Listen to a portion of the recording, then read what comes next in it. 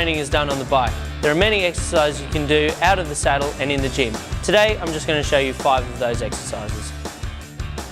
The first movement we're going to do today is the squat, otherwise known as the king of all weightlifting exercises. It's an excellent functional movement that will work your quads, glutes and hamstrings.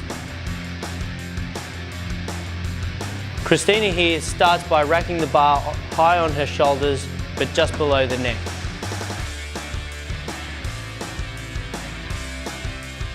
Christina then lowers herself until her thighs are parallel with the floor. The next movement we're going to do is the deadlift. This is another great exercise for working the legs, but it's also really good for working the core, lower back, traps, shoulders, upper back and hamstrings.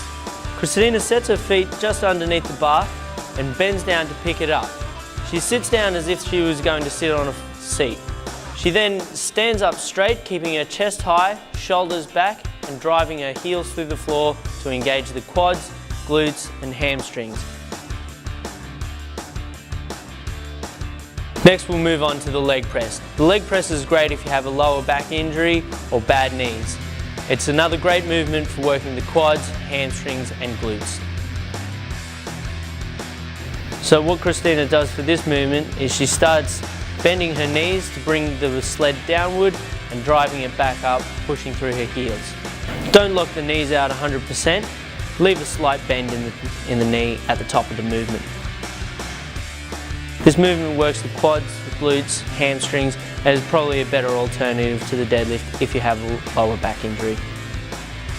Now we're going to move on to push-ups. Push-ups are great for the triceps, shoulders and your core.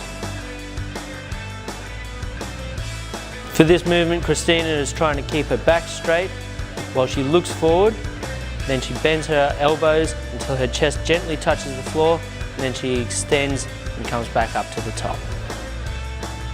Now we're going to move on to calf raises. A lot of cyclists don't hit their calves enough, so calf raises are a great way to even out any imbalances in your legs. For this movement, Christina is just putting her foot on a step. It could be a block, a step, or any kind of elevated surface, just on the ball of her foot, and then dropping that heel down till she feels a slight stretch and then returning to the top. Hit these exercises once or twice a week for 3 sets of between 8 to 12 reps to help improve your cycling performance and reduce your chance of injury.